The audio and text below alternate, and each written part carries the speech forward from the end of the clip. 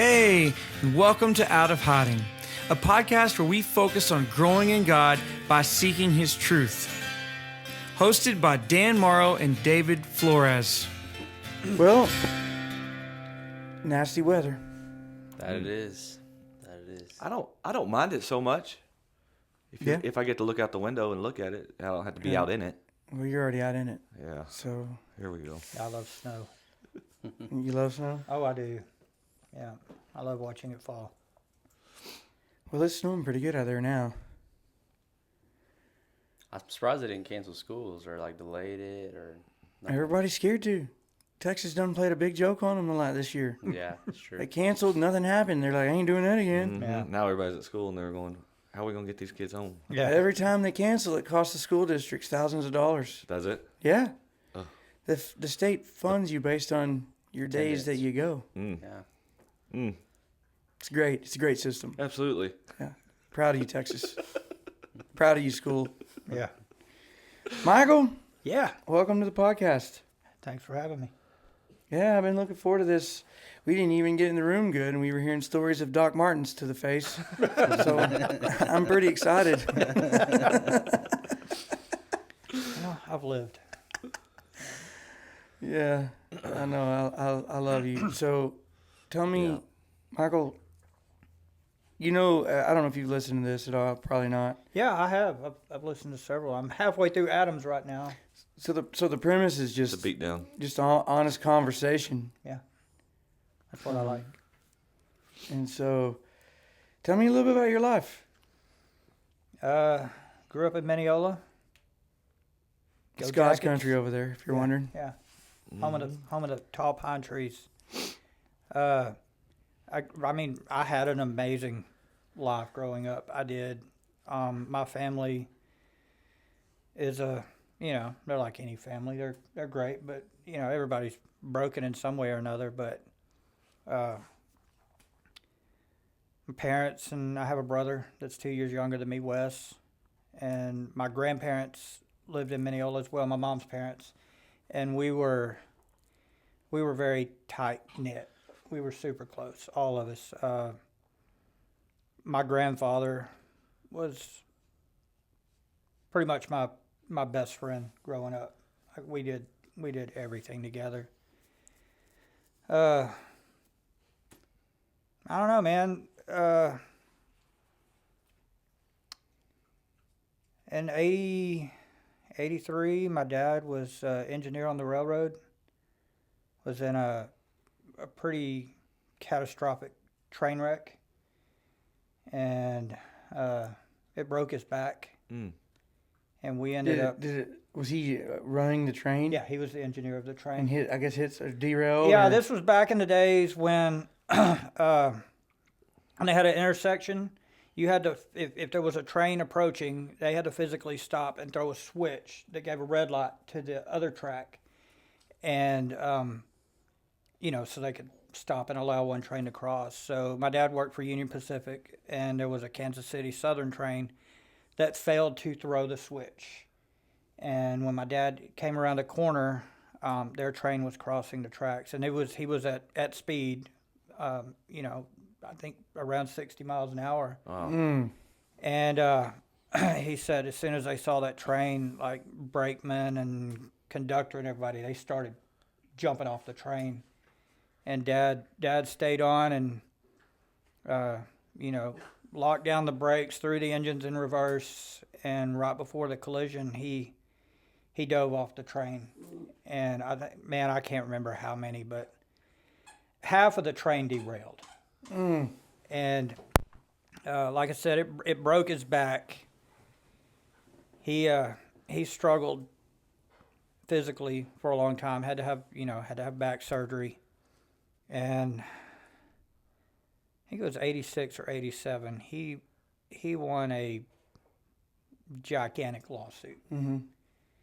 And we went from, between the wreck and the lawsuit, we were, actually his attorney was giving us money every month just so we could put food on the table. Stay afloat. And pay the mortgage, which he paid back when we got when he got his settlement. But we went from being flat broke to stinking rich overnight. And I think that was a blessing and a curse for the entire family. You know, my dad talks today, you know, when you give a 35-year-old man that much money that's never had anything before in his life, he didn't know what to do with it. So we spent it. Yeah. Yeah. And not just him, we all spent it. Spent it like buying new houses and stuff like that? No, my parents still live in the same house that they built it in 77 when my dad was working. They still live in that house. No, just vacations, cars, you know. Toys. Yeah. Is there anything to show for it now? No, there's nothing. You know, it's funny. Even when I was in high school, I would tell my dad, I was like, man, you need to buy rental properties or something. And he's like, I don't want to be a landlord. Now he's like, man, I wish I'd bought some rental properties. I wish I was a landlord. Yeah, I wish I was a landlord. But it really, that whole process really, like, humbled my parents. And How old were you at that time? how old was I? I was 10 years old. Oh, so you were pretty young. Yeah. So my grandfather was the janitor of the First Baptist Church there in Mineola. I grew up in that church. My grandmother was a Sunday school teacher as far back as I can remember, up until right before she passed away. So, I mean, we had God in our lives. We did, but I don't know. I think, you know, my dad, he never really formed his own beliefs. I think he just kind of went from his parents' beliefs being a child to Kind of like the inherited belief system. Yeah, like the inherited belief system. And them, when I think the money ran out, around 2010, 8 or 9, somewhere in that area. So it lasted a decent while. It lasted a long while. But at that time, my dad also got cancer, esophageal cancer. Mm-hmm. And that was a whole ordeal. And all of it combined brought my dad closer to God. Mm-hmm. Like, he and my mom, they live on a fixed income now. My dad drives for Hall Chevrolet here in Canton and Wills Point Chevrolet, and you know, makes extra money. And he's 75 now, and that's a thing that he does. You know, gets him out of the house a couple of days a week, makes some, you know, some extra money for him. They budget what they get monthly from their, you know, retirement to manage, you know, day-to-day life. Sure. And the extra money is just what they use for, you know, a day of fun of them is driving up to the Choctaw Casino and take $100 put a piece. some on red. Take $100 a piece and I was gonna say play some, Red 23. play some some slot machines and you know, and hanging out with the grandkids and Yeah. But yeah, so all of that. So let me just stop you right there. You know, at the school ministry, we talked about money beliefs. So, are you willing to give me a little insight on possibly a money belief that developed out of that situation for you personally? Oh man, we'd be here the rest of the day. I'll give you a big one. Okay. Money gets you out of trouble. Okay. So you can buy your way out of anything. Not anything, but you can buy your way. You can buy your way out of a lot of things. Yep. You know, being the rich kid at school, especially when you get up like in high school. I want to preface this by saying I do have some amazing friends that I grew up with who were friends from the beginning. They were friends before the money, and They were friends before the money. And my parents were very generous. One time we went to Colorado, I guess the summer I graduated high school. We've been going to Lake City, Colorado since I was 5 years old. Cannibals. Yes. Yep. Yes. Alpaca. Is that what brought you there? Is cannibalism? Yes, cannibalism. I figured. Yeah. But the summer I graduated, my mom and dad took my brother and I and 11 of our friends to Lake 11? City. 11 of our friends. Did I get a bus? Just a small amount of 11 people. Yeah. No, we took my That's parents. 2 basketball teams. My parents went in their vehicle. I drove my truck. My brother drove his truck, and my friend Kyle drove his Chevy Blazer. And my parents paid the whole. Let's go. Yeah, everything. Yeah. I'm just curious why your parents hadn't done that for us. Again, the money ran out. Dang it. No, and my house growing up was the house that friends didn't knock when they came over. Mm-hmm. You just walk in the house. You know, mom was a collector of Coke antiques, and we had an antique Coke box. You know, like the cooler. There was the old one where you lift up the top and it had the drinks in it. And it was They're the ones that actually kept it cold. Yeah. Oh man, I'm talking like ice in it. Yeah. Every soda you open had ice on top of it. You know, just walk in the house and grab a soda out of the soda machine, and we had a pool and people, you know, our close knit group of friends, you know, were family. Mm-hmm. And then there were the friends who were, you know, hey man, you got a pool? Can we come over? You got some hanger-ons, right? Yeah. Like, hey, let's go hang out at Michael's. Let's go pee in his pool. Yeah. And it's funny, man. Like, man, my true friends, there was such a love for them, but you know, I had a desire to hang out with the partiers. You know? Why do you think that? I don't know, man. Acceptance, like all right, y'all want to dig deep. So, well, if it was acceptance, why weren't you getting acceptance from those friends you were just talking about? I was. So you wanted more acceptance. I wanted more acceptance. You know. Or did you want to rebel? Maybe it was rebellion too. I didn't have to rebel though. Like, man, well, did you? It was. I really didn't. Like, my parents were very, very open. Like, okay, so I had a curfew at midnight. I had to be home by midnight every night. Once I was, you know, a teenager. And I never broke that. I never snuck out of my parents' house once because I didn't have to. If I wanted to go to a party, just let them know. Hey, I'm going to a party. If you drink, let us know. We'll come pick you up. So I got to where I was, you know, hanging around with the bad crowd, and my mom was always, you know, on me about it. Like, I wish you wouldn't hang out with those people. And my excuse was always like, well, they treat me all right. You know, they're not doing anything wrong to me. So I had a reputation already in high school. I was dating this girl once in high school, and she ended up being the valedictorian when she graduated. And I left her house one night, and her friends were over there. And after next time I saw her, she said her friends were all like, I can't believe you're dating a drug addict. And I'm like, I'm not a drug. I mean, I go to parties, I drink, and I smoke weed, but I mean, they thought I was like, you know, snorting cocaine and doing heroin and all this stuff. Yeah. And Well, at that time in my life, to be fair to them, if you smoked weed, I grew up with the DARE era of like everything is a drug, and if you do it one time, you're a drug addict. oh yeah. So Yeah, I was the inaugural class of Defiant, drug-free youth in Texas. nice. The year that they started that, I signed that contract. Little did I know I did it with my fingers crossed. Oh, behind my so back. you did have to rebel. Oh yeah, I guess so. Wow. Oh man, we are going to dig some things out, aren't we?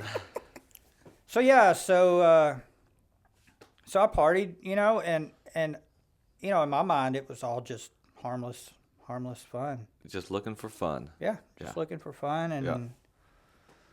Do you think that you were bored? Or you were looking for meaning? Or do you just think you were just... No, man, I wasn't Was bored. Was it back to the money couldn't get me out of this trouble if I ever got into it? Oh, yeah. Is that where your belief came from? Yeah, probably a good bit of it, you know. I was also a car fanatic. Mm-hmm. Like my mom swears my first recognizable sound was vroom. She said when I was So crawling. you like Mazda? Yes, Mazda, vroom Civics. vroom. I would crawl around with the little baby powder box and vroom vroom vroom. Mm-hmm. So I mean everything. Like, and my grandfather really poured into this. Like, man, I mean, like, from my parents, we got a go-kart for Christmas one year, and that was just like, might as well have given me my driver's license. Like, Yeah. I got something with a motor. I always wanted a go-kart growing up. We Yeah. lived in the city, never got one. Never. We lived in a neighborhood. It's a private lake, and it's 2 miles around the lake, and then there's a couple of roads that kind of branch off, and we would just ride the go-kart everywhere. Yeah. Can I go back real quick? Yeah. Your mother said you were hanging around these bad people, or like she didn't like that group. When did you realize, okay, this isn't the group I'm hanging out with? Like, these are my mom's right. Did you ever have that moment where you're like, never? No, not until later in life. Not until I look back on it. So did you just ignore her, or were you open with her of like, leave me alone? Yeah, I was openly like just Defiant? yeah, defiant about it. But yeah, so Looking back, do you think that God was using your mom to try to help you avoid some hurt? yeah, absolutely, yeah, absolutely. I thought I She might sure be the only was. one that did that. Mm-hmm.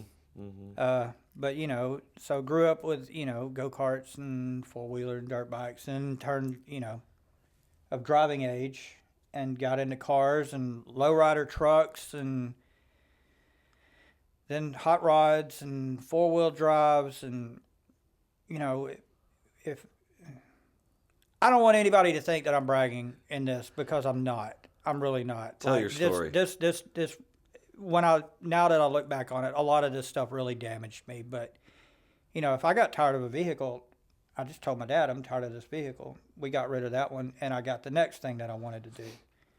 Mm-hmm.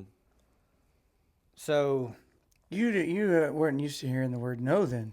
no, not at all. No, never heard the word no. No. The first time I heard the word no, like really like a strong no, it was that summer that I graduated, and I was mowing lawns. I had about, 10 or 12 lawns that I was mowing. And I mean, I was making, for 19 years old, I was making like $400 or $500 a week mowing these lawns. And I wanted to buy a jet ski.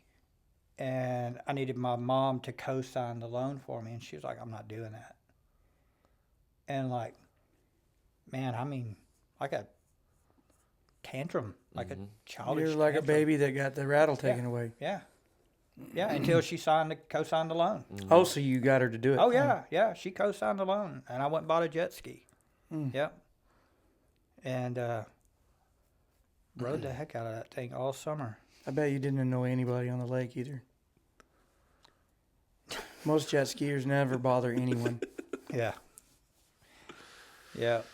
Not me. Not this guy. No. Desperate for attention. And I had a jet ski. Uh-huh. Did you have a mullet to go along with it? No, man, I went through my mullet phase in 6th grade, and that was it.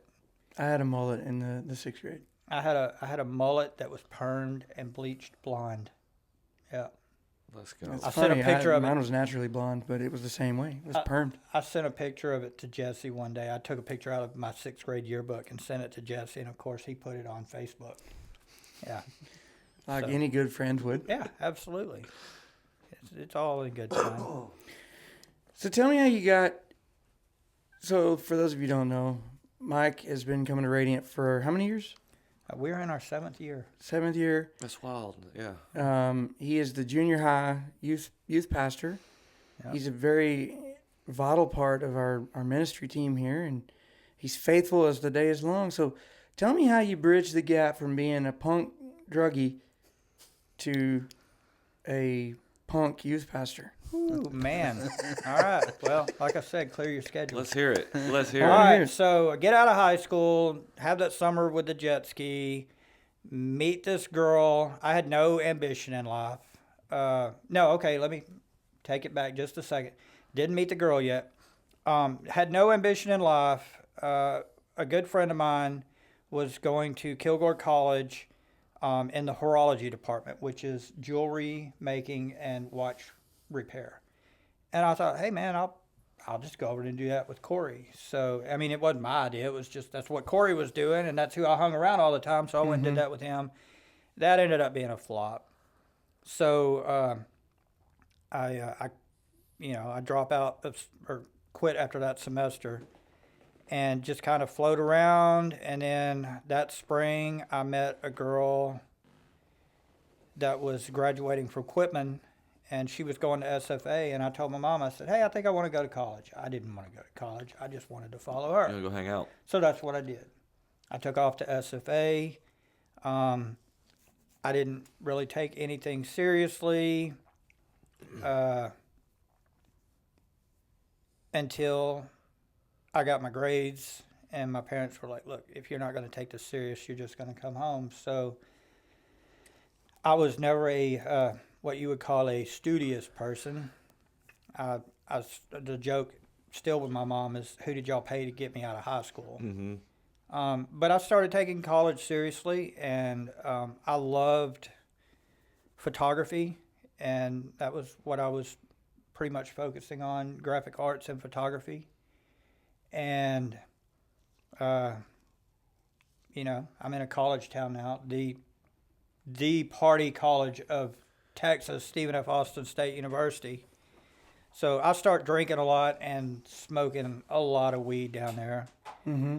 The girl and I end up breaking up, and I'm still down there. By now I've made, an actual group of friends, and our thing is like just drinking, doing school and drinking every day. Yeah, I mean, nothing out of the ordinary for, a lot of college students. And then I met another girl, and after the semester completed, we decided neither one of us wanted to be in Nacogdoches anymore, so we moved to Tyler. And at this point, I got really big into four-wheel drives, like Jeeps, mainly. I was working at an off-road shop that we were jacking up Z71s and stuff, and I was, always working on my Jeep back in the background. And one day this kid comes into the shop, and he's got an identical Jeep to mine, and his name's Jeremy. Mm-hmm. And he and I just I found my soulmate here. Yeah. So we start, after hours working on our Jeeps at the shop, and I was also working at a pizza delivery joint at night, and kind of eventually my backyard, I've got a picture in a box somewhere in my backyard, there's Jeeps all over it, tore apart. Mm-hmm. And Jeremy and I are like, I'm working at the off-road shop, I'm delivering pizzas, and we're building people's Jeeps in our backyard. And one day I had a little money, Jeremy had a little money, and we got this bright idea. Let's open a business. Mm-hmm. Let's do this. I mean, people are pulling us over, driving down the road. Yeah. I think we've got a shot at this Mm-hmm. if we, put our efforts together. So we rented a little shop and took all the money we had combined, went and bought tools, and opened Crawltech Off-Road there in Tyler. And we had no idea what we were doing other than we just wanted to have fun and build Jeeps. Absolutely. So we start, just doing customer Jeeps, and I'm more of the labor side of things, and Jeremy, when I met Jeremy, he was going to Laterno in their aerospace program. And So he had a lot of mental yes, game, yes, like engineering. yes, all of that. Yeah, very. I mean, that's just how his mind works. And I come into work one morning, and Jeremy's like, he's been up all night, and he's like, "Hey, I built us a website." And I still remember to this day. It was on a program called Coffee Cup, and I mean, it basically looked like if you had like a tablet with a pen, like you could draw all this stuff on there. And so we start selling other companies' parts through our website. So the manufacturers of all these parts, at the beginning, the industry wasn't huge. It was a pretty niche industry, and a lot of the companies that were manufacturing all of these parts were also selling their parts, and they didn't want to do that. They wanted to have distributors, so you could do a buy-in, and you could get a deep discount, and so somebody could get on our website and order, a lift kit for a 97 Jeep Wrangler from, say, Rubicon Express in California. So you were Amazon before Amazon. Yeah, yep, that's it. With four-wheel drive parts. Yes. Before. And so they would drop ship from there to, from their manufacturing to wherever. And it was a pain in the butt. Like people would call and they're like, "I want this lift kit." So we're like, "All right, well, we'll call and we'll get the pricing and the shipping and all of this stuff. We'll call you back," and then, run their credit card. So Jeremy starts finding these programs, and he starts playing with all this stuff, and he writes a complete program for an e-commerce website that does all of this for you. And So he automates it. he automated it, yeah. And it was such a hit that not only were we running our business, but Jeremy was also building these websites for other people in the industry. So our first year in business, we opened on July 16th, which is my birthday. We opened on July 16th in 2000. That was when we opened the doors on the shop. And when we did our taxes that year, we'd done about $90,000. And that was just in the shop work. The second year we were open, we did about $400,000. And then Jeremy built the website, and that third year we did over $1 million in business that year. That's a lot in 2003. Yeah, it For was sure. A lot I mean, it's a of lot now, but yeah, really a lot then. yeah, it was insane. And Jeremy and I kind of took on this almost like, I want to say, like rock star persona, and it wasn't just in Tyler anymore. I mean, we're not even nationwide. We're worldwide. There was a company in Germany that sent a shipping container and set it in our parking lot. And for 3 months, we filled the shipping container with parts. And then they picked it up and sent it over to Germany. Yeah, so aside from the e-commerce and what we're doing in the shop, and we hired this dude, David, out of Houston, who moved up, and we're going, we're taking it to the next level. I mean, we're not doing just bolt-on lift kits anymore. We're doing, full custom design, one-off suspension kits, and, engine swaps. And now we're getting into building doing our own chassis and stuff like that. But the problem with all this is, with that lifestyle, You got to be You moving. start- Here comes the money again. here comes the money. Here comes Dad's money all over round two. Here comes the partying. Yeah. And I'm talking like, man, and we worked our butts off. I mean, I would get to the shop 7:30 in the morning, and I may not go home until 2:00 in the morning, and that's 7 days a week.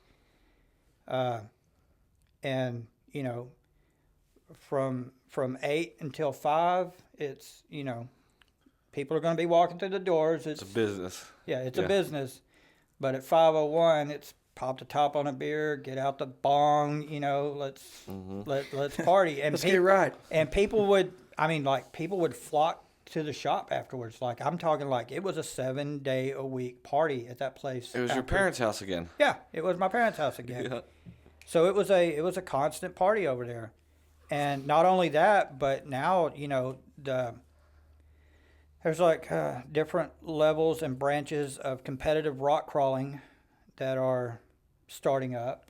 The AARCA and the U-Rocks and all this stuff. So not only are we doing this, but we're putting a presence all over like the Southwest at rock crawling events. In Moab, Utah, they've got the Easter Jeep Safari every year. It's kind of like the Sturgis for Jeeps. I mean, you show up in Moab on Easter Jeep weekend, and man, there may be 20,000 off-road rigs in That's Moab. crazy. Yeah. And again, it's a party. Yeah. And then you've got the SEMA show, and you've got the Off-Road Impact show, and the Off-Road Expo, and they're all like, 2 of them are in Vegas. Twice a year we're going to Vegas, and then we're going to San Diego for the off-road, I just said it. Anyways, one of the shows. And, so like all day there's open bars everywhere, and you're drinking, and then after the show, you go to an elite dinner with, all the people in the industry, and then you're going to the bar and you're drinking until 5 o'clock in the morning, and then back at the trade show by 8. So yeah, I mean, we got carried away. We really did. We had a customer that had moved from Hawaii, and he was working at one of those places where they fill pharmaceutical prescriptions. Mm-hmm. And he comes busting through the door one night, all freaked out, and he's like, "Man, I sold some Xanax to this kid, and he got busted with them." And he's like, "I got to get rid of something." And we're like, "Okay." And this dude brings in a 30-gallon trash bag of pills Goodness. and sets it on the floor, and he says, "I don't ever want to see that again." So instead of getting rid of it, I go to Walmart and buy a beanbag.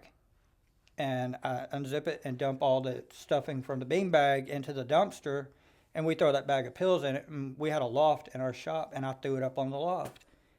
Well, I mean, for like the next year, Jeremy and I just climb up on the loft and grab a handful of pills, and we had a Scooby-Doo lunchbox, and we just throw them in Scooby, and that's what it was known as. People be like, "Hey, y'all bringing Scooby tonight?" I was like, "Heck yeah!" I mean. Mm-hmm. Dude, the amount of pills that was in that thing, and that was the beginning of my painkiller addiction. I mean, I can't remember. There was like 10,000 Vicodin in this bag. My gosh. And I'm not joking when I say we ran out of them. Yeah. Yeah. Jeremy and I, and anybody who came over, it's just like, "Hey man, you want some pills?" We were the free drug dealers. Like This is the epidemic that's starting up in America at this time. Yeah, it is. Mm-hmm. You know? The legal drug. Absolutely. Yeah, the Oxycontin and Yep. the Vicodin and the hydrocodone and the all of these things. So I'm completely out of control, and I get married during this time to the girl that I met down at SFA. So this goes on for a few years, and we go to Vegas to a show, and there's this guy that is like one of the elites, the OGs of the industry, Tom Allen, and his company was impressive. So when you have like these competitive rock crawlers or even big Jeeps with the big tires on them, and we're not talking about like taking a stock Jeep, putting a 3-inch lift on it with 33-inch tires. We're talking like complete overhaul, $20,000 just in the axles on it, $30,000 in suspension, and you get these giant tires on there, and you get in some difficult situations. A regular steering system doesn't work. Yeah. So Tom Allen had basically taken the concept of a hydraulic steering off of a forklift, orbital valve. Yeah, orbital valve with a Yep. with a ram, and retrofitted these to where they would work on Jeeps, and then just developed on it to where, he's building like everything is custom made, and it's, extremely reliable, and, you can do, the sky's the limit on what you can do with it. So Jeremy and I are at Off-Road Expo, and we're walking around, and we're hustling his parts for him, and we've never met him. We don't know what he looks like. And all of a sudden, this dude just walks up and slaps me and Jeremy right between the shoulder blades. And we turn around, and there's a little 5'5", 50-something-year-old man there. And, I mean, this dude's got more energy than 10 5-year-olds. He's like, hey, man, I'm Tom Allen. We're like, hey, what's up, dude? What's up? I mean, it's like meeting, like, royalty in the industry. Mm-hmm. He's like, hey, I want to take y'all to dinner tonight. All right, cool. So we go out to this steakhouse there in Vegas, and Tom's like, man, I got this idea. He's in Fort Worth. He's like, I got this idea. He's like, what if I buy y'all out and I move y'all to Fort Worth and we combine forces? He's like, Jeremy, with Jeremy's like creative mind and the marketing side of it, and I'm just a get it done guy. Like, there was a point in my life where I could build anything, I could fix anything, I could put anything together, and that was automotive or whatever. Like, you just set me on this task, and I'm gonna do it. Yeah. Mm-hmm. And he's like, and Michael, I want you to like run operations. So Jeremy and I would go home and we talk about it, and we're like, dude, like, we'd be stupid not to do this. Like, and when I say buy us out, he was also gonna like put money in our pockets. Yeah. So Jeremy and I shut down Crawl Tech, and we load up and we moved to Fort Worth. And so Tom had originally had AGR, and he had sold his business to another guy and had retired. But everybody in the industry is contacting Tom, and they're like, hey man, we want your stuff. So Tom, he'd bought like 10 acres out in Azle, and he had a big shop in the backyard. So when we moved to Fort Worth, we're working out of Tom's backyard.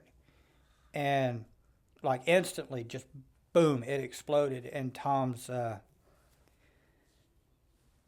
hey, we're gonna build a facility. So I mean, dude, I'm living on cloud 9. Problem is, we don't have the drug flow we had anymore. We're still smoking weed and we're drinking, off the clock. But I'm really struggling with not having my painkillers anymore, and everything just kind of, you get on that super high, and then everything just kind of crashed out. And Tom hired this other dude from another company, and he came in, and that dude and I, man, I mean, we were oil and water. And we just finally came to a conclusion that, one of us had to go, and I was just kind of tired of a lot of things, and I decided to be the one to go. And I still had the money from Tom's buyout, so I just took a few months just kind of doing whatever I wanted to do. And they were doing this. So basically, just living a normal life. Yeah. So they were doing this thing. They tried to do kind of like stadium rock crawling. Mm-hmm. So like if you went to a competition, it would be out in the terrain, and Mm-hmm. Like a barn well or something. Yeah. And you can't see the whole event. Mm-hmm. You can pick a obstacle you want to go to, and you can sit and watch, the competitors try that one. So they tried this it's called U-Rock, and it was stadium rock crawling. And they built a place up in not Gainesville, Decatur. Mm-hmm. So they were doing their opening weekend of that. So I decided to go up there, and I meet this dude. He's an older guy named Rick, and we just start talking. And Rick and his cousin Virgil owned this company where they made parts for Bell Helicopter, but they were Jeep fanatics. And he's like, yeah, we built a little Jeep shop at our place. He's like, why don't you come down and check it out? So I go down that week, and look at their shop and like their helicopter facility. I mean, like take like 3 Walmarts here in Canton and put it together, and that's what it is. Like these guys aren't a joke. And I go in their Jeep shop, and I'm blown away by like this almost simplistic complexity, if that makes sense. These guys aren't into the hardcore rock crawling. They're into the, the guys that are, like I said earlier, they're putting just a lift kit, and there's some guys that are, but they had an inventory of every part from every Jeep ever made from 1941 to present. You could go and pull it off. If you wanted a tail light off of a 1941 Jeep. You wanted to build a 1943 model Jeep, they probably had the parts to just build one. Yeah, they had everything there. We had an entire room just full of soft tops for every Jeep ever made in every color. And they had a little shop that had 2 bays. And they said, we can't find anybody to run this thing. Would you be interested in coming down here and running this? And I said, yeah, as a matter of fact, I would. And I go down, and like, it was amazing. I worked for them for 2 years. During all of this time, you're not going to church or anything, right? No. That's way, Yeah. like that's back in high school. What was your thought on God at that moment? I didn't. Didn't even think about it. Didn't think about it. Yeah. And your wife, you're still married at this time? Yeah, still married, and what is she, in your ear, like, what are you doing? Like, this is too much? No, She never. just- I mean, we both partied, but everything, like, she just, yeah, man, I just drug her along. She was an RN, and she had a really good job at Harris Methodist there in Fort Worth. She never questioned you. She's just like, whatever you say, we'll do. Yeah. Well, at what point did you say, okay, where's the transition?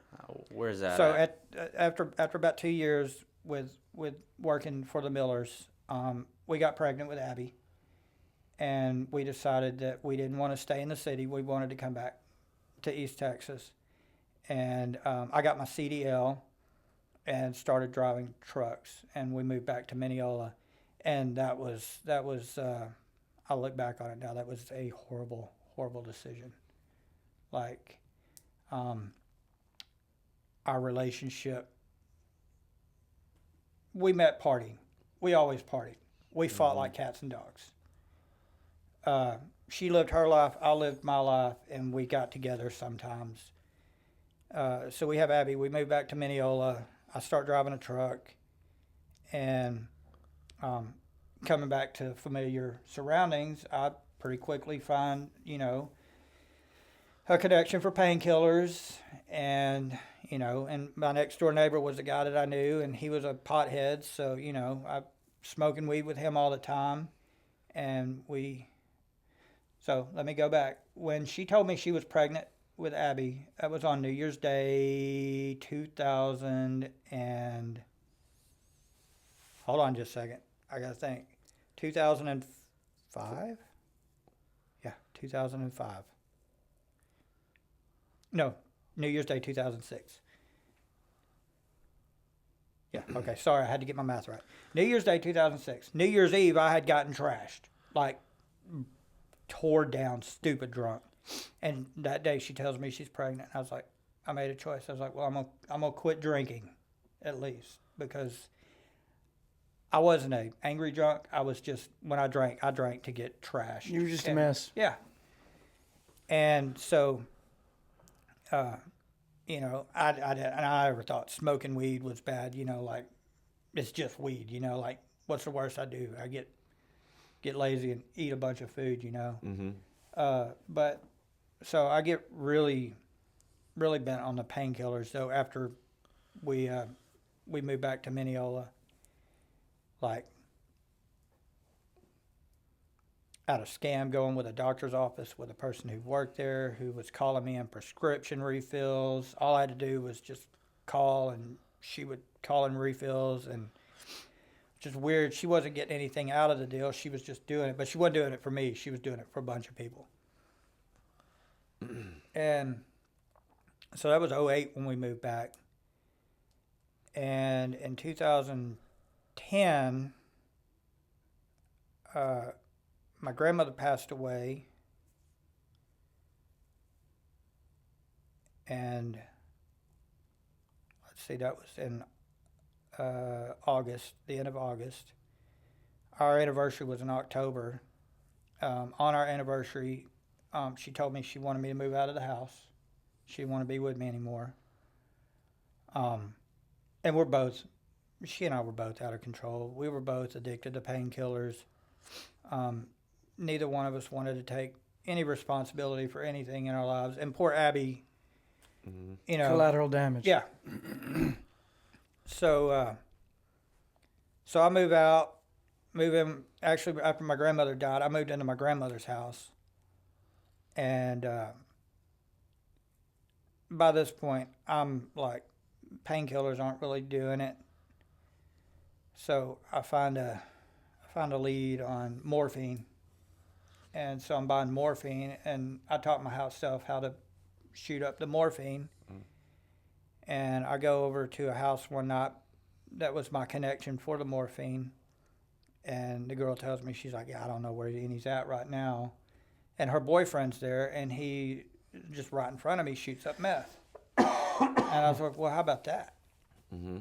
And I told myself for years, I was like, I'm never trying methamphetamines, because I knew how addictive my personality was. And So why the sudden compromise? I was losing my mind. Yeah. Abby was gone. Like, So pain from the relationship, yeah. So and then the drugs that you were using, where you're now almost immune to. So you're spiraling. yeah. And I'm at a point where I'm like, man, I'm taking 15 painkillers at once just to get a buzz off of them. Mm-hmm. And that's where the morphine was, Hold on, I'm sorry. I'll make sure that's not an emergency.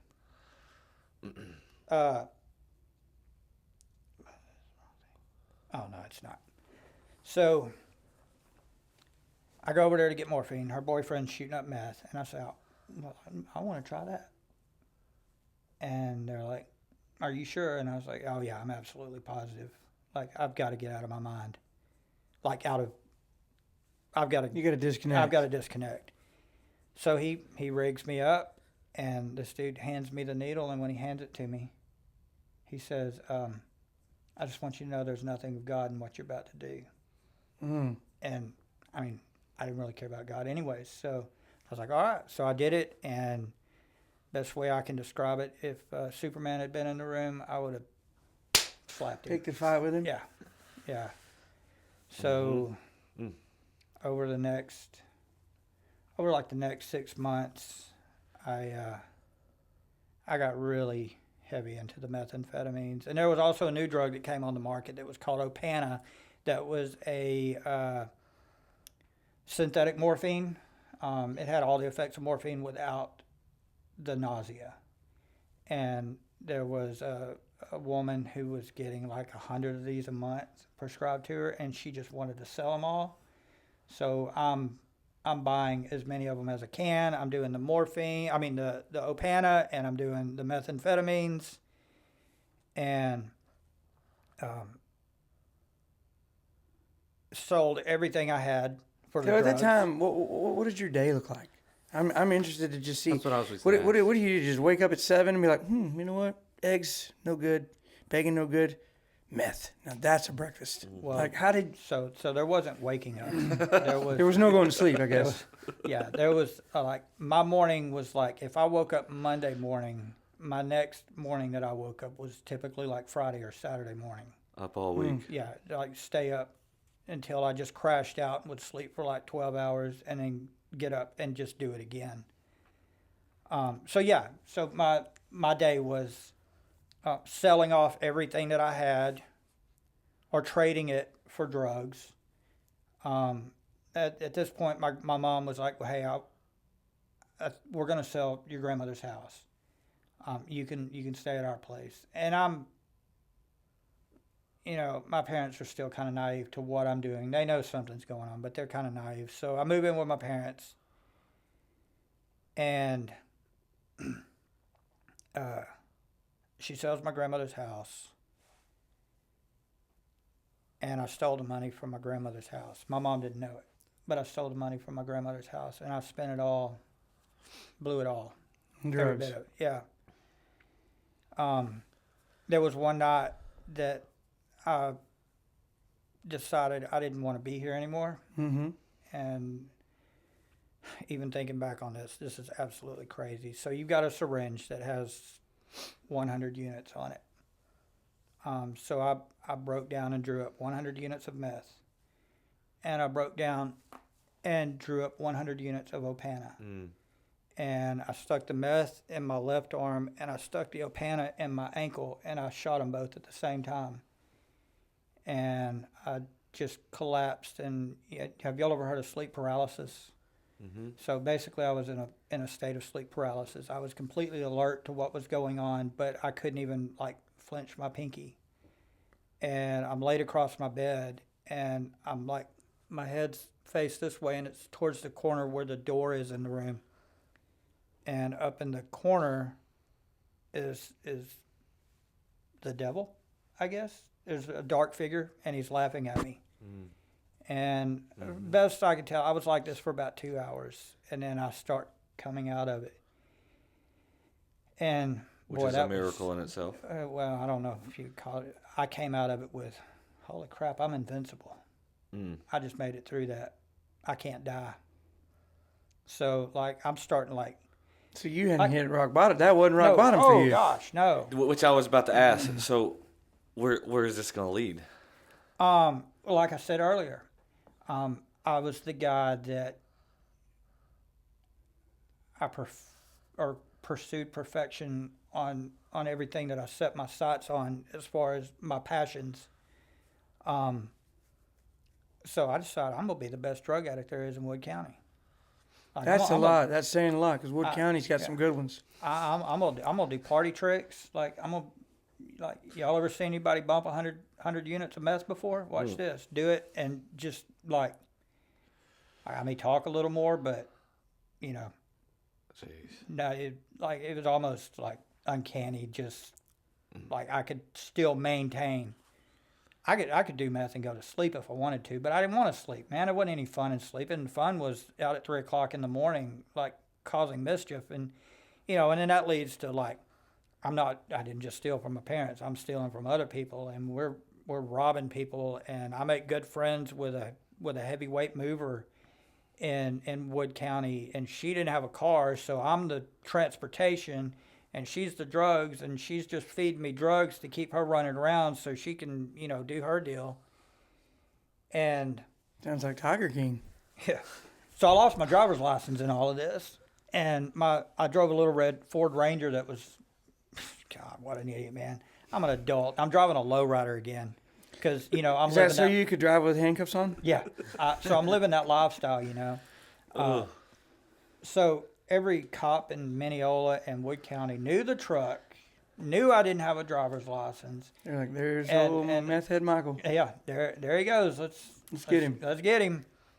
So I was arrested 13 times, every time for driving on a suspended license. And eventually, it elevates from, levels of, it never was more than a misdemeanor, but finally, I get a summons to court, and I go to court, and there's a judge that's like, hey, we're going to put you on probation for a while. And he's like, I'm just going to let you know right now. He's like, if you screw this up, I'm going to give you the maximum I can in prison, which was 5 years. So I start kind of hiding. And in all this time, my parents finally kicked me out. So I'm just living in my truck. And one day I was like, I'm just going to leave a bunch of stuff out because we'd be here all day if I told you everything. So one day I start kind of heading towards rock bottom, and I'm laying in my truck and I'm crying. And I realized that I'm destroying my daughter. I'm destroying my life. I'm surprised I'm not dead yet. And I'm bawling my eyes out. And I realize in my head I'm singing Amazing Grace. And I kind of pull myself together, and I just start thinking, like, what do I want to do now? And I was like, man, I want to live a normal life. I want to have a family. I want for my daughter to be proud of me. And I didn't know what to do. I'm 105 years old. I'm a meth head. I'm like, 105 pounds. I'm going to get on a dating website. I'm going to find me a girl. So the pursuit of fun didn't actually end up being very fun. No, it ended up being a living nightmare. Yep. It was a living hell. And the hell that came with me to my family. You know, my brother called and had me arrested once because I went to my parents' house and wouldn't leave. Mm-hmm. He's my best friend, you know. So I'm going to get on a dating website. So I get on a dating website and I create a profile and I take some pictures of old pictures of myself and put on there, not current ones. Man, I wish. Oh, you catfish somebody. Yeah. So The original catfish. So I meet a couple of girls. And they're like, who's this? One of them, I can actually say this has happened to me before. One of them, I meet her. She worked at a ranch. I meet her. Within 5 minutes of being there, she gets that emergency phone call. Oh, man, I'm sorry. I've got to cut this short. I got to go. And when I'm leaving, I'm like, holy crap, that just happened to me. I was like, man. So that was disappointment, a lot of disappointment. And I'm still on the drugs. That was a lot of disappointment. And one night I was like, you know what? This is stupid. Pull my phone out. I'm going to delete this stupid app. I don't even want to like keep pursuing this. And like I pull my phone up. Ding. There's a message on there. I look at it. It's from a username CC Smiles. And I select it or open it up, and I can't remember what she'd asked me. And I was like, hey, here's the deal. I'm deleting this app right now. If you want to talk to me, here's my phone number. And like 10 seconds later, my phone, there was a text message. And we start talking, and we talked for about a month through the app for a few days, and then, not the app, through text message, and then we start calling, and we're talking to each other. And seriously, for about a month, never saw each other, just conversations, through text and phone calls. And finally, she says, hey, would you like to meet? Yeah, absolutely. So we meet at the nature preserve there in Mineola.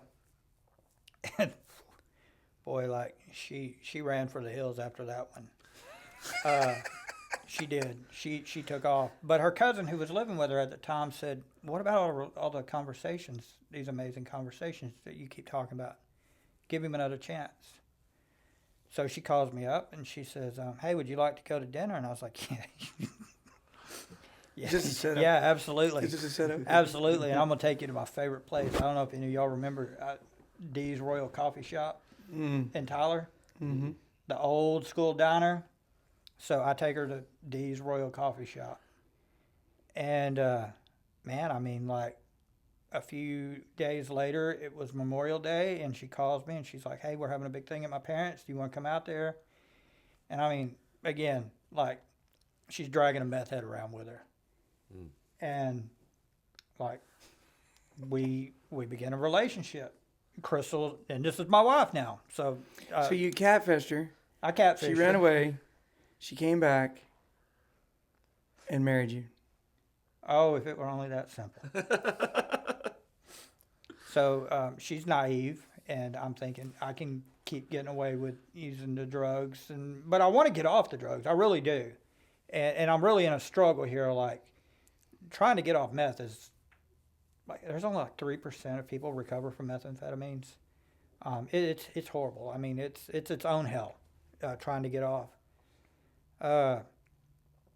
So I'm struggling with the mess, but I'm just completely in awe of this amazing woman who's never done a drug in her life. But she's so smart, like she figures it out, like pretty quick. And she confronts me about it. And, I try to continue to lie. No, I'm not on drugs. I'm not saying she ain't super smart, because I know actually she's very, very smart. But Mike, it's not that hard to pick out a meth head. Oh, I know. I know. that was her naivety in all of this. Like, she really didn't know. Wow. Like, she grew up the way she grew So up. she was sheltered. She didn't Oh, even... extremely sheltered. Okay, Yes, okay. extremely sheltered. So anyways, we're together for a She few just months. thought you were a twitchy, crazy dude. Yeah. God, it was full of energy and could do one-arm pull-ups and do the flag. Like, Yeah. I could do the flag, like, on a pole. Like, I could just hold out straight like it was nothing. I had It was superhuman. nothing. You I had weighed super, 100 pounds. Yeah, I didn't you? weighed 100 pounds, but I had superhuman strength at the Yeah. same time, you know? So fast forward to Reminds me of a like, Dave Chappelle skit. yeah, fast forward a few months, and I'm raging in the backyard because I can't find any drugs. And she texts me from the house, and she's like, please come inside and don't be mad. So I go inside, Uh-oh. and Intervention. I go inside, and she's sitting on her bed, and she pulls out a pregnancy test, and she says, I'm pregnant. And the first thing in my mind was, this is what's going to fix me. This This it. was the Like, thing.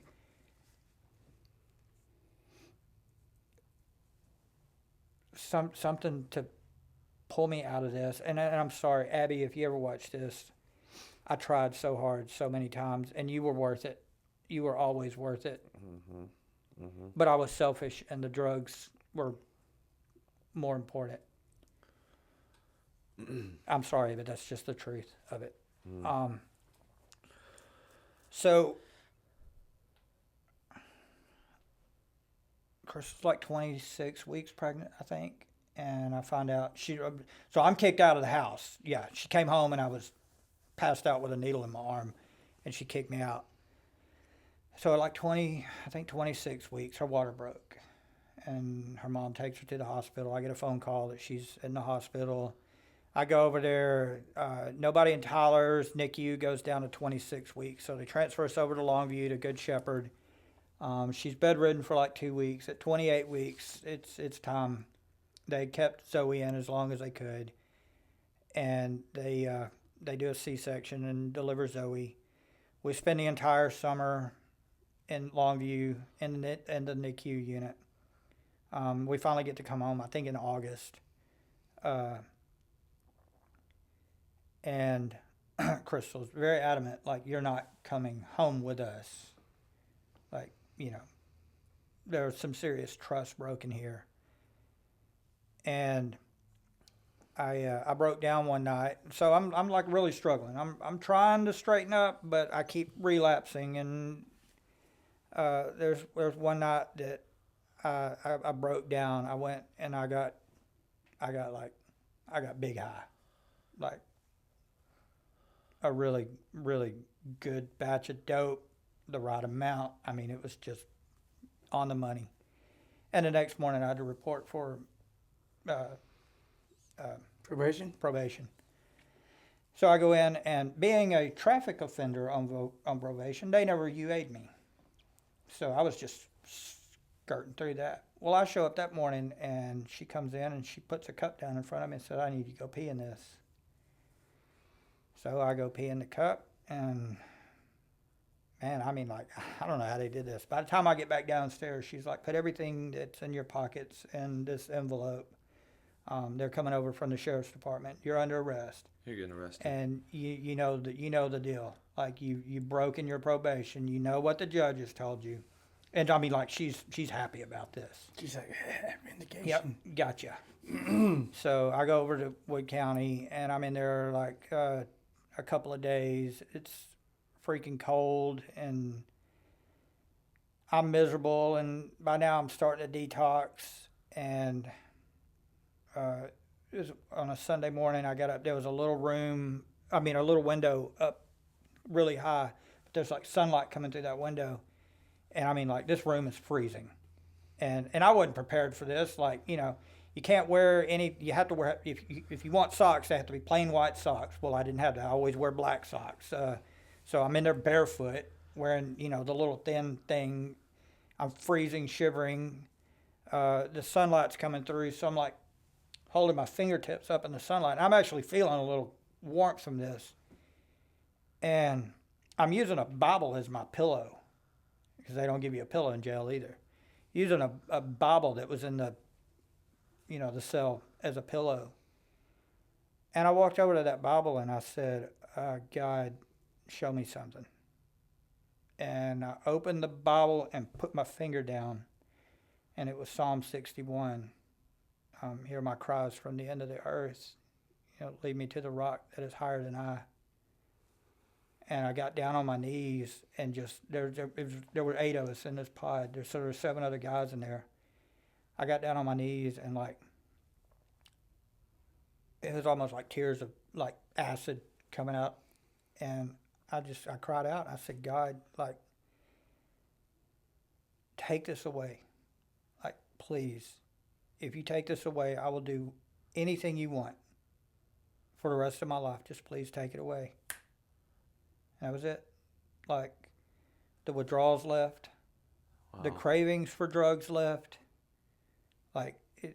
All of it just left. When I went down, I was an addict, and when I stood up, I was healed. Wow.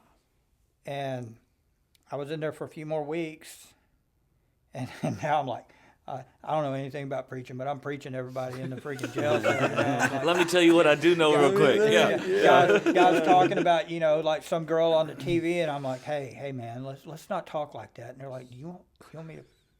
Right. Don't tell me what to do. I mean, I had that conversation. I thought I was going to get jumped by 3 guys. Mm-hmm. And somehow I talked my way out of it. But after a few weeks, I get a phone call one day from a court-appointed attorney named Sarah King. Her husband was the DA in Wood County, and she says, hey, so we're not going to send you to prison. We're going to reinstate you on probation. Don't screw this up. You'll be out of jail tonight. I want to see you first thing tomorrow morning. And we've got a bunch of conditions. So that night my dad picks me up and we go back to his house, and I call Crystal and I'm like, hey, I'm out. And she said, well, if you want to come see Zoe, you can. So I go over to Grand Saline and end up staying the whole night over there. And Crystal and I talked the whole night. And jail food is really crappy. I think I ate 5 meals that night at her house. But we stayed up all night talking. And she said, if you want to come back, you can. She said, but there's going to be some stipulations here. She's like, first things first, you've got to get a job. And so 2 days later, man, it's crazy. God just said, hey, go to Applebee's. So I drove over to Applebee's and I walked in, and still, I look like crap. Mm-hmm. You just don't put all that weight back on. But I walked in and applied for the job, and she's like, all we need is a driver's license. Don't have that. She said, well, you got to have something. So I go and get a Texas ID, and I get a job at Applebee's as 2 jobs. One's washing dishes, the other's doing the expo line where you put the food out. Put the food together as a table and send it out, making $7.50 an hour. And when my ex left me, she and I were making, we're making good money. She was a hospice nurse and I was a truck driver. And we were making good money. We were spending it all on drugs, but so it was very humbling going from, the last time I worked, I was making like Earl was talking the other day. Don't you know who I am? Last time I was working, we were making a 6-figure income, and now I'm down to $7.50 an hour. And we were going to Driven Life Church at the time, and Todd Story did a message on Joseph. And I went back into work, and I said, you know what? This job sucks, and I'm not making much money, but I am going to do it for God. I'm just going to bring light into this place, and I'm going to do it with joy in my heart. And before you know it, I moved up onto the line with a raise, and then they come to me and they're like, hey man, we've got the cush job for the kitchen if you want it. And it was doing the prep work. You come in when they open or before they open, you prep everything for the day, and you're off work by like early afternoon. There's no more like getting off at 2 a.m. in the morning. And, you know, it came with a significant raise. So, you know, I'm just back there, you know, it's still not a great job, but, you know, I'm in a good place. And Crystal and I ended up getting married during this time. And I meet this guy, Robert Malden, who's an air conditioning man. And I start helping him when I get off work in the afternoons, doing AC work. And one day we were on a job, and he said, hey, what would it take for you to quit Applebee's and come work for me full time? And it wasn't much. But I, you know, I went to work with Robert full time, which, man, God, he's, you know, you've got those people that you meet in life, and like you put them like on a shelf like a fatherly figure. Mm-hmm. And that was Robert. Like Robert, we talked about the Bible all day, and the responsibilities of being a man. And Robert had no problem calling me out on anything. But the responsibilities of being a man, and, you know, like just an amazing thing that Robert would do, like a little old lady calls and her AC's not cooling right. And we go over and check her refrigerant, and it's low. And he's like, hey, go grab that tank of that, you know, that refrigerant off the truck, bring it back here, and we'll go back, put a couple of pounds in there, and he'd go up to the front door, knock on the door, and man, I'll always remember Robert. He's still a friend of mine. He comes in, but all righty, daddy, we got you taken care of. Well, what I owe you? Oh, nothing, ma'am.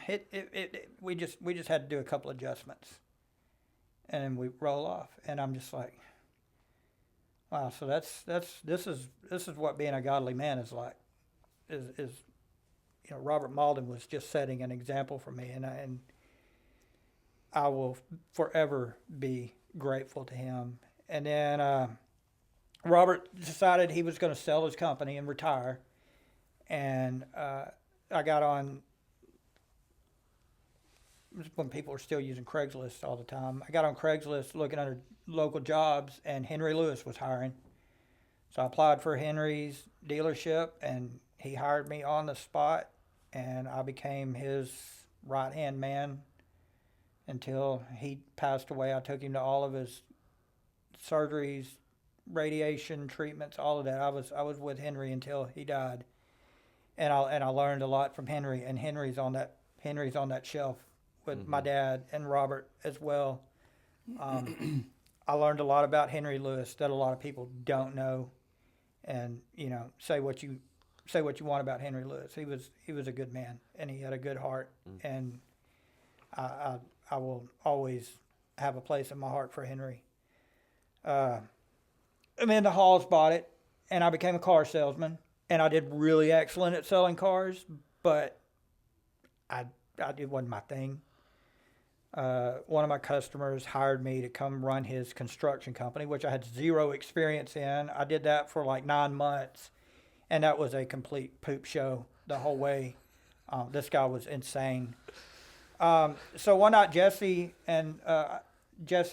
Potts, you know, we're going to church here now at this point. And Jesse's here, and he's my barber. And Jesse and Hannah invite Crystal and I out to dinner one night. And while we're at dinner, Jesse asked me, you ever thought about being a barber? And I said, man, as a matter of fact, yes. I have thought about it many times. He said, well, if you get your license, you can come work in my shop. I'm really having trouble getting, you know, reliable people that just want to work.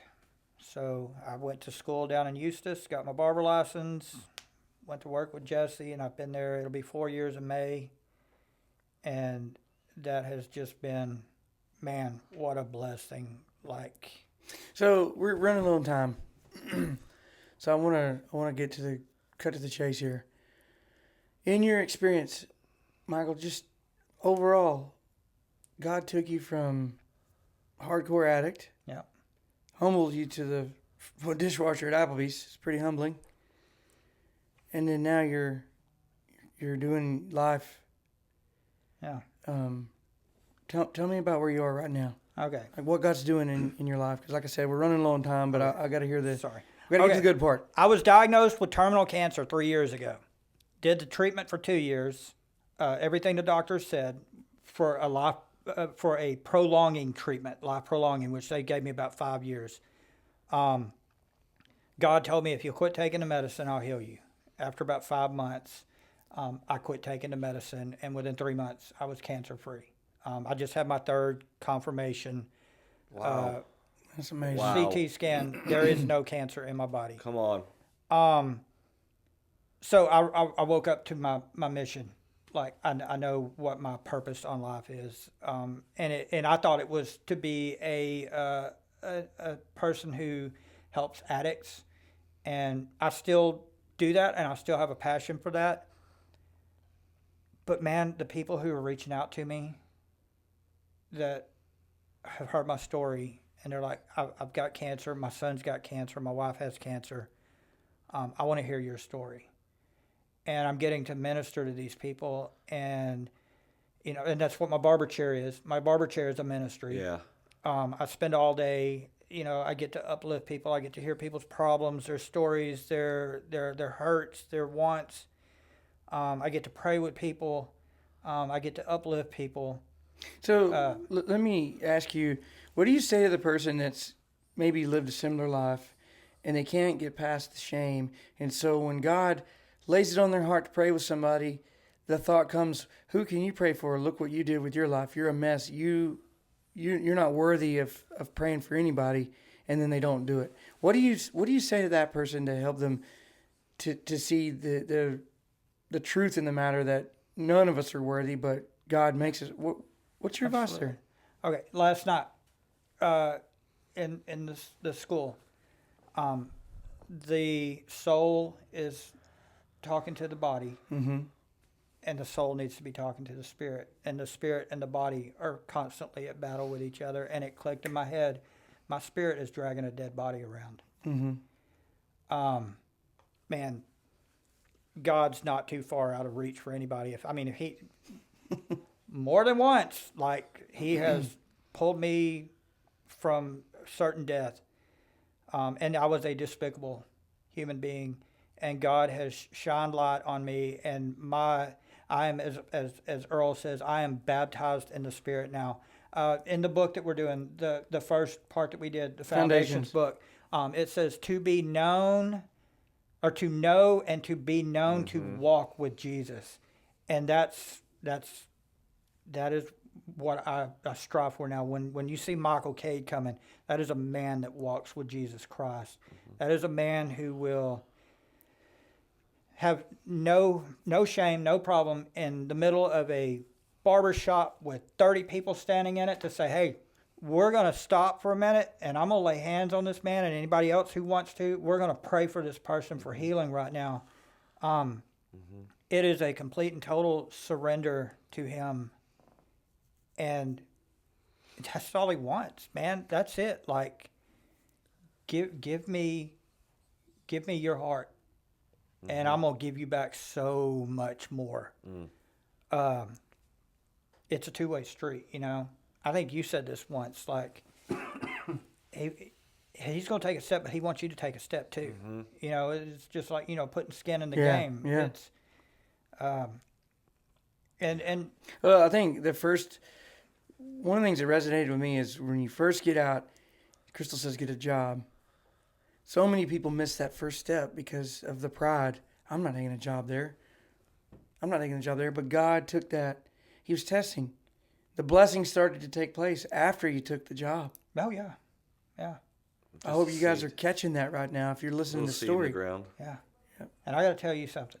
I know we're running short, but I got to tell you something. This last semester when we're doing the Titus 10 book, there was a chapter that we read where at the end of it was talking about envy of other people. This is something that I've been working, like I was an envious person most of my life, and it's something that something's got to die. Well, envy's dying. And I was sitting and I was thinking on this, and I was like, who am I envious of? What am I envious of? I was like, I have a great job. I have a good income. So I'm not really envious. I mean, people doing things that have money more than me. I mean, sometimes you're like, it'd be fun to do. But overall, I don't care. And I start thinking, and I think back on relationships. And I'm like, what am I envious of? And I'm envious of, like, true relationships. And it's a thing that I battle in my head, even though it may not be true, but I've lied and I've told myself that it's true. And so that's what I'm envious of relationships. Like, I pour so much into a relationship with a human being, and a lot of times I don't see that responded. The return you want. Returned my way. Yeah. Reciprocated. There's the word I'm looking for. Reciprocated. And so that Wednesday morning we go in and we discuss this, and that Wednesday morning you say, hey, can you show up a little early tonight? I got something I want to talk to you about. So I come in early, and we come in here in this room, and you say, hey man, we're gonna separate the high school from the middle school. And I can't think of anybody better that I want to lead the middle school than you. And what was it you said earlier? Because I'm faithful. Mm-hmm. He said, I see that, and I see you, and I see that you're faithful. Man, like, that night before, I'm wrestling with myself, like, who sees me? And then the next day, you're sitting here and you're like, I want you to, like, what an honor, man. Like, you want me to pour into these kids because you see me, and I'm faithful, and it's a love and a passion. Man, when you get what I've gotten, you want to share it with everybody. I want everybody to know it. I want everybody to feel it. But man, like, thank you. Like, you don't know what this has done for me. And it's still, like, I'm struggling to get out of the way. But that's what I started praying from the night you asked me that. I was like, God, I don't want to do this for me. I don't want pats on the back. I don't want any of this glory. I want it to be for you. Show me how to get out of the way and just be a conduit for you, that you can pour what you want these kids to know through my mouth, and I can share some experiences with them and show them why living a life for you is better than the life that I lived. Mm-hmm. So that's where I'm at now. Well, we're out of time, Mike. So good to have you on. Thank you. Love you, Mike. Yeah, Love you. Proud for you. Thanks for sharing your story. Yeah. I know that this is a seed God's going to use to bring restoration to others. So thank you very much. Thank you. Thank you.